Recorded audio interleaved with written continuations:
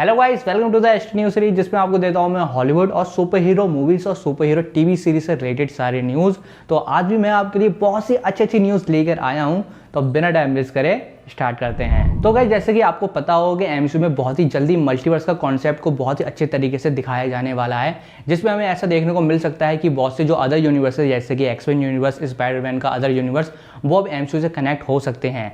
अब वो कैसे कनेक्ट होंगे वो तो अभी तक हमें नहीं पता है, लेकिन अब वो कब कनेक्ट होने वाले हैं उसका आंसर शायद अब हमें मिल गया है। तो अभी हाल ही में मर्फी मल्टीवर्स मीडिया वेबसाइट ने ऐसी न्यूज़ दी है या ऐसा र्यूमर न्यूज़ दी है कि जो इवान पीटर्स हैं, जिन्होंने फिलहाल एक्समैन यूनिवर्स में क्विकसिल्वर का रोल प्ले करा था, वो वांडाविजन टीवी सीरीज का पार्ट बन चुके हैं और उन्होंने अपने पार्ट को शूट भी कर लिया है। फिलहाल उनका रोल बहुत ही ज़्यादा सीक्रेटिव है, इसलिए उनके रोल से रिलेटेड और उनके गेटअप से रिलेटेड अभी बहुत सी इन्फॉर्मेशन नहीं आई है। लेकिन मर्फी मल्टीवर्स मीडिया वेबसाइट के अकॉर्डिंग ये कंफर्म है कि वांडाविजन टीवी सीरीज में इवान पीटर्स कोई बड़ा रोल प्ले करने वाले हैं। फिलहाल इस रिपोर्ट में कंफर्मली ये नहीं बताया गया है कि इवान पीटर्स कौन सा रोल प्ले करेंगे, जिसके बाद अब लोग ऐसे र्यूमर बना रहे हैं कि Evan Peters WandaVision TV series में क्विकसिल्वर का ही रोल प्ले कर सकते हैं, क्योंकि वांडाविजन की जो वांडा है उसका भाई क्विकसिल्वर था, जो फिलहाल एमसीयू में मर चुका है, लेकिन जो अदर यूनिवर्स का जो क्विकसिल्वर है वो जिंदा है और वो इस यूनिवर्स में आ सकता है। ये बहुत ही ज़्यादा कंफ्यूजिंग है, पर ऐसा लग रहा है कि इवान पीटर्स जो इस सीरीज़ में नज़र आने वाले हैं, अगर ये रिपोर्ट सही होती है तो वो शायद इस सीरीज़ में ही क्विकसिल्वर का रोल प्ले करें। तो देखते हैं कि अब आगे क्या होता है। मुझे तो ऐसा लग रहा है कि जहाँ तक ये न्यूज़ है वो एक रूमर ही बन के रहेगी, इस न्यूज़ में कोई भी सच्चाई नहीं है। तो देखते हैं आगे क्या होता है। तो अब बढ़ते हैं अगली न्यूज़ की तरफ। तो अगली न्यूज़ है वांडाविजन टीवी सीरीज को लेकर ही है, और ये न्यूज़ या ये रिपोर्ट पूरी तरह से कंफर्म है। तो टैम्पा बे कॉमिक कॉन ने अपने फेसबुक पेज पर यह इन्फॉर्मेशन दी है कि वांडाविजन की टीवी सीरीज की शूटिंग अगले महीने स्टार्ट हो जाएगी, क्योंकि जब उन्होंने विजन एक्टर पॉल बेटनी से कनेक्शन करा तो उन्होंने बताया कि वो अगले महीने उनके कॉमिक कॉन में नहीं आ सकते हैं, क्योंकि अगले महीने Paul Bettany WandaVision TV show की शूटिंग करेंगे। तो ये पूरी तरह से कंफर्म है कि वांडाविजन टीवी शो की शूटिंग अगले महीने स्टार्ट हो जाएगी। इसके अलावा अपकमिंग एमसीयू मूवी शैंग-ची मूवी की शूटिंग बहुत ही जल्दी ऑस्ट्रेलिया में स्टार्ट हो जाएगी। तो ये सभी के लिए बहुत ही ज़्यादा गुड न्यूज़ है कि जितने भी प्रोजेक्ट अब रुके हुए हैं वो अब कोविड-19 के आउटब्रेक के बाद अब दोबारा से रिज्यूम होने वाले हैं। तब बढ़ते हैं अगली न्यूज़ की तरफ। अब falcon and the winter soldiers TV series को लेकर एक बहुत ही बड़ी अपडेट आई है, और ये अपडेट भी दी है मर्फी मल्टीवर्स ने। और इस अपडेट में ये बताया गया है कि कोविड-19 के आउटब्रेक से पहले falcon and the winter soldier TV series के सेकंड सीजन की बातें चल रही थी, और ऐसा माना जा रहा था कि जब भी इस शो का सेकंड सीजन आएगा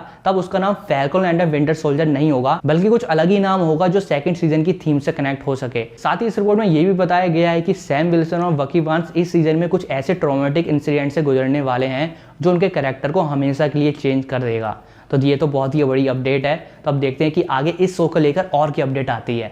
तब बढ़ते हैं अगली न्यूज़ की तरफ। तो ये न्यूज़ सभी डेयरडेविल फैंस के लिए बहुत ही ज़्यादा अच्छी है, क्योंकि जो लोग चाहते हैं कि डेयरडेविल बहुत ही जल्दी एमसीयू में दिखे, वो शायद अब बहुत ही जल्दी हो सकता है, क्योंकि अब 6 महीने के अंदर डेयरडेविल का कैरेक्टर ऑफिशियली मार्वल स्टूडियोज का पार्ट बन जाएगा। अब वो कैसे बनेगा वो मैं आपको एक्सप्लेन करता हूँ। तो अभी कुछ सालों पहले नेटफ्लिक्स और मार्वल के बीच डील हुई थी कि वो उनके डिफेंडर के कैरेक्टर जैसे कि Daredevil, Jessica Jones, Luke Cage, Iron Fist जैसे कैरेक्टर को अपनी सीरीज या मूवी में यूज कर सकता है, या उनको लेकर कोई सीरीज बना सकता है। फिलहाल 2013 से ही इन कैरेक्टर को लेकर बहुत सी सीरीज आ चुकी थी, लेकिन अभी हाल ही में नेटफ्लिक्स ने अनाउंस कर दिया था कि वो अब आगे जाकर इन कैरेक्टर को लेकर कोई भी मूवीज और कोई भी टीवी सीरीज नहीं बनाएंगे। और डेयरडेविल का सीजन 3 अक्टूबर 2018 में आया था, और आने वाली अक्टूबर में इसको 2 साल हो जाएंगे ना आए हुए, और अभी 6 महीने ही बचे हुए हैं इसके 2 साल होने के लिए। और जैसे ही 2 साल हो जाएंगे उसके तुरंत बाद ही डेयरडेविल का कैरेक्टर एमसीयू यानी कि मार्वल स्टूडियोज का पार्ट बन जाएगा, क्योंकि नेटफ्लिक्स और मार्वल के बीच ऐसी डील हुई थी कि अगर नेटफ्लिक्स 2 सालों के अंदर अंदर अगर कोई भी इन कैरेक्टर को लेकर कोई भी टीवी सीरीज या मूवी नहीं बनाता है, तो ऑटोमेटिकली यानी कि खुद ब खुद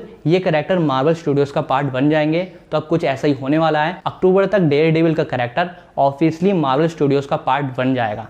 तो ये तो बहुत ही अच्छी न्यूज़ है। तब बढ़ते हैं अगली न्यूज़ की तरफ। अब अगली न्यूज़ है बैटमैन और बैट वुमेन को लेकर। तो पहले बात करते हैं बैटमैन मूवी की। तो ये तो आपको पता हो कि आने वाली बैटमैन मूवी 1980s की टाइमलाइन में सेट होने वाली है, जिस वजह से हमें इस मूवी में बैटमैन के कैरेक्टर से लेकर कॉस्ट्यूम तक और इसकी बैटमोबाइल से लेकर सब कुछ जितना भी सेट है, गॉथम सिटी है, वो बहुत अलग देखने को मिलेगी।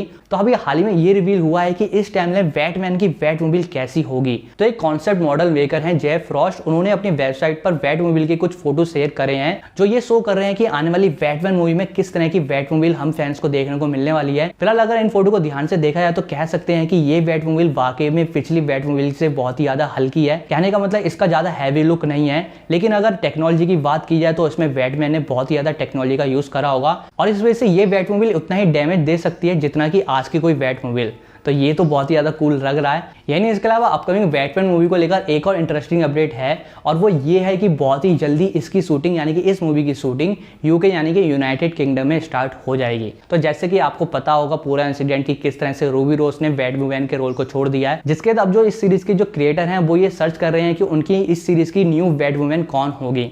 फिलहाल वो तो अभी तक हमें नहीं पता है, लेकिन अभी इसी स्टोरी में एक नया ट्विस्ट आया है, और ये ट्विस्ट ये है कि रूबी रोज ने जो कैरेक्टर प्ले करा था यानी कि केट कैन का जो रोल प्ले करा था उसको कोई रिप्लेस नहीं करने वाला है, बल्कि वो ही कैरेक्टर पूरी तरह से रिप्लेस होने वाला है। अगर आप नहीं समझे तो मैं आपको आसान शब्दों में बता देता हूं। तो केट कैन का रोल प्ले करा था रूबी रोज ने, और फिलहाल रूबी रोज ने वो रोल छोड़ दिया है। तो अब इस शो के जो शो रनर हैं वो क्या करने वाले हैं, इस पूरे कैरेक्टर को ही रिप्लेस कर देंगे। यानी कि जो केट कैन का कैरेक्टर है वो सीजन 2 में दिखेगा ही नहीं, उसको लेकर ऐसा बता दिया जाएगा कि वो किसी अदर मिशन पर है या वो रिटायर हो चुका है, और इसके बाद कोई न्यू कैरेक्टर आएगा और अब वो जाकर बैटमैन का मेंटल ले लेगा। तो इस तरह से अब ये होने वाला है। तो ये बहुत ही ज़्यादा मुझे अच्छा स्टेप लगा कि उन्होंने पूरे कैरेक्टर को ही रिप्लेस कर दिया, पूरा रिटायर ही कर दिया। तो ये बहुत ही ज़्यादा न्यू ट्विस्ट था इस पूरी स्टोरी में। तो अब देखते हैं कि आगे इसको लेकर और क्या अपडेट आती है। तो अब बढ़ते हैं अगली न्यूज़ की तरफ। अब गाइस अगली कुछ न्यूज़ है अदर हॉलीवुड प्रोजेक्ट को लेकर। तो बेस्ट क्रिटिकल अक्लेम पाने वाली चेरनोबिल टीवी सीरीज के डायरेक्टर जॉन फेंस अब एक और HBO टीवी सीरीज में एज डायरेक्टर जुड़ने वाले हैं,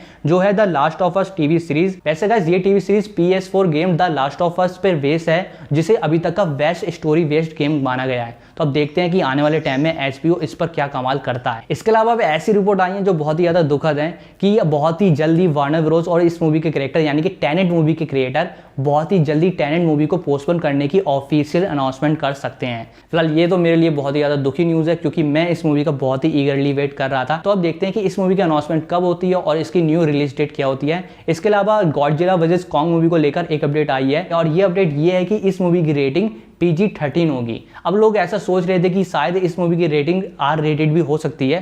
फिलहाल ऐसा नहीं होने वाला है और सबकी उम्मीदों पर पानी फिर गया है। तो जाते जाते एक और मार्वल की न्यूज़ ले लो। तो अभी ऐसे रूमर न्यूज़ आई है कि हरकुलिस का जो कैरेक्टर है वो बहुत ही जल्दी MCU में देखने को मिल सकता है। ऐसा माना जा रहा है कि मार्वल अपने अंडर हरकुलिस की Disney+ सीरीज ये कोई मूवी को डेवलप कर रहा है। तो देखते हैं कि इस न्यूज़ में कितनी सच्चाई है, वो तो हमें आगे पता लगेगा। तो गाइस यही थी आज की सभी न्यूज़ और इन्फॉर्मेशन। आई होप आपको आज की सभी न्यूज़ पसंद आई होगी। अगर नहीं भी आई है तो मैं पूरी कोशिश करूँगा कि आने वाले टाइम में आपको और अच्छी न्यूज़ दे सकूँ। फिलहाल जो भी मार्केट में न्यूज़ आती है मैं वही मैं आपको बता पाता हूँ, और कोई न्यूज़ तो मैं खुद से तो नहीं बनाता हूँ। तो गाइस यही थी आज की सभी न्यूज़। तो अगर आपको ये वीडियो पसंद आई तो इस वीडियो को ज़्यादा से ज़्यादा लाइक दें और शेयर करें, और अगर आपने अभी तक हमारे चैनल को सब्सक्राइब नहीं करा है तो जरूरी सब्सक्राइब करें। तो गाइस मैं अंकित मिलता हूँ नेक्स्ट वीडियो में, तब तक के लिए थैंक यू एंड बाय।